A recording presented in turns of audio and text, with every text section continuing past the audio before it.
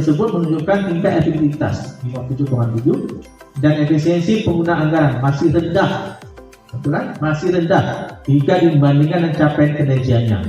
Hal ini disebabkan oleh kualitas rombongan budaya kinerja birokrasi dan penyelenggaraan pemerintahan yang berorientasi pada hasil di pemerintah Kabupaten Aceh Tengah masih belum berjalan dengan baik dan perlu perbaikan lebih lanjut.